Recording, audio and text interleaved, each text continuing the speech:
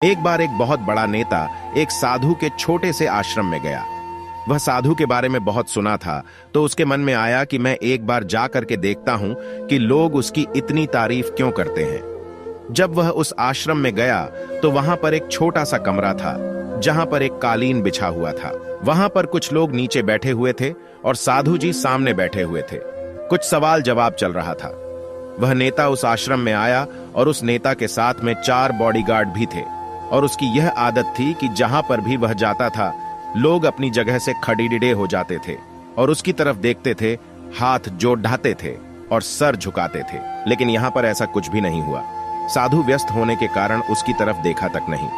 तभी नेता को लगा कि यह मेरी बेइज्जती है और वह इस बात से गुस्सा हो गया।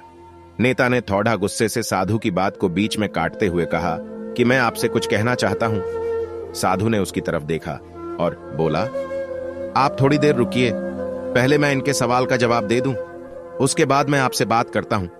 तब तक आप अगर चाहे तो आप बैठ सकते हैं। बस साधु का इतना कहने की ही देरी थी।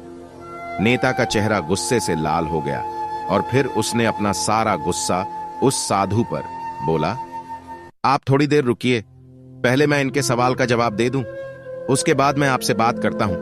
तब तक आप अगर चाहे तो आप बैठ सकते हैं।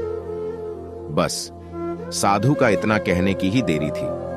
नेता का चेहरा गुस्से से लाल हो गया और फिर उसने अपना सारा गुस्सा उस साधु पर निकाल दिया। अभी तक वह नेता बहुत तमीज से आप कह करके बात कर रहा था, लेकिन अब वह तू तड़ाक पर उतर आया। नेता ने उस साधु को कहा, तुझे पता भी है मैं कौन हूं और तू किससे बात कर रहा है? साधु ने उसकी तरफ देखा और कहा, मुझे इससे कोई फर्क नहीं पड़ता है कि आप कौन हैं, लेकिन आप जो कोई भी है, अगर आप चाहते हैं कि मैं आपके सवाल का जवाब दूं या आपसे बात करूं तो आपको कुछ देर रुकना होगा। और साधु की यह कहते हैं नेता गुस्से से पागल हो गया और वहीं सबके सामने चीखने चिल्लाने लग गया, अब मैं तुझे तेरी असली औकात दिखाऊंगा। तूने मुझसे पंगा लेकर के ठीक नहीं किया, तुझे पता भी है मैं तेरे बारे में क्या सोचता हूं। साधु ने फिर से नेता की तरफ देखा और बड़े ही प्रेम से कहा कि मुझे इससे कोई फर्क नहीं पड़ता कि आप मेरे बारे में क्या सोचते हैं, आप जो चाहे वह मेरे बारे में सोच सकते हैं। फिर नेता ने उससे कहा कि तू चाहे सुनना चाहता है या नहीं, लेकिन मैं तुझे यही सबके सामने बताऊंगा कि मैं तेरे बारे में क्या सोचता हूं।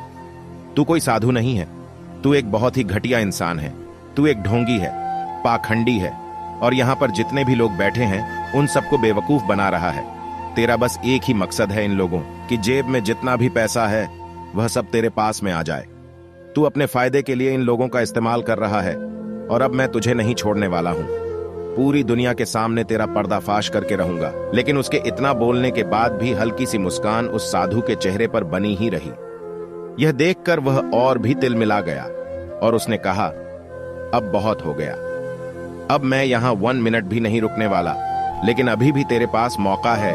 अगर मुझसे माफी मांगनी है या मुझसे कुछ कहना है तो कह सकते हो। इतना सब होने के बाद भी साधु के चेहरे पर एक मुस्कान थी और वह बिल्कुल शांत था।